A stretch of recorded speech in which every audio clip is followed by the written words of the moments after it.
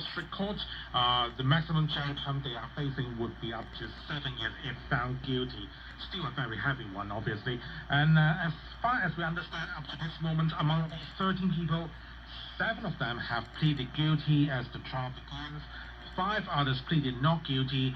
One other person, the 13th one, is yet to enter a plea because apparently his lawyers are arguing whether he's mentally fit to stand trial. So that's where we're standing for. And indeed it was one of the most momentous nights in the whole 2019 protest. That's where one of the protesters read out the demands kind of on behalf of Hong Kong protesters, and that's where the slogan 5 demands, not one less, was coined. I was going to ask you more about exactly what happened that day, because many of our listeners around the world will kind of remember it, but it's 4 years ago. So just put into context the events of that day for us.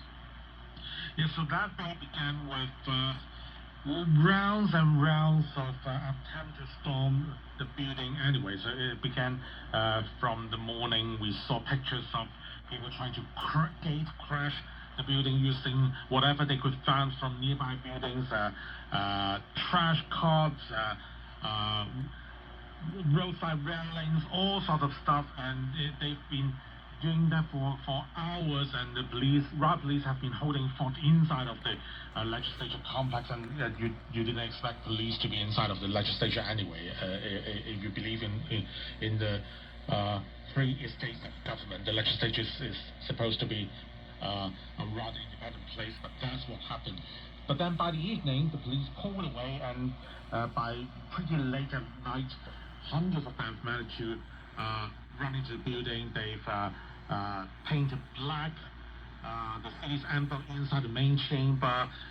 They've pulled down portraits of speakers of the council, past and present, and a lot of other facilities were vandalized, and also the old colonial Hong Kong flag was put out as a sign of defiance.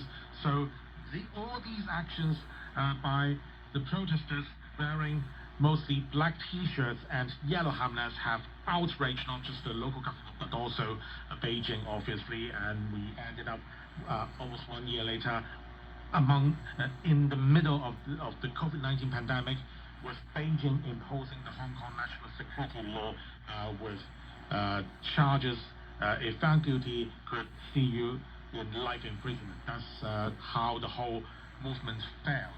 Yes, I was just going to ask you about the possible punishment. So those who pleaded not guilty, if they're found guilty, could be in prison for life. What about people who have pleaded guilty? What could the punishment be for them? Well, just to clarify, for this very case, because it's rioting, it's not charged under national security law, and the law didn't come to exist until after this event. So they are facing up to 7 years in jail because it's tried in the district court. The law itself said the maximum jail time is 10 years, but the district court itself only has a jurisdiction to sentence people to 7 years. That's what we are going to see by the end of this trial, and it's expected to last for 44 working days. Martin, thank you very much. And here with all the latest voting headlines is Rebecca Adams. Thank you very much, Vic. Well, after many managerial changes, drama and, of course, controversy, the Premier League season has come to an end. Everton escaped relegation with a final day win over Bournemouth, with Leicester and Leeds dropping down to the second-tier championship. That's despite a win over West Ham for Leicester. In Spain's La Liga, champions Barcelona were counted 3-0 winners over Mallorca in their final game at the Nou Camp.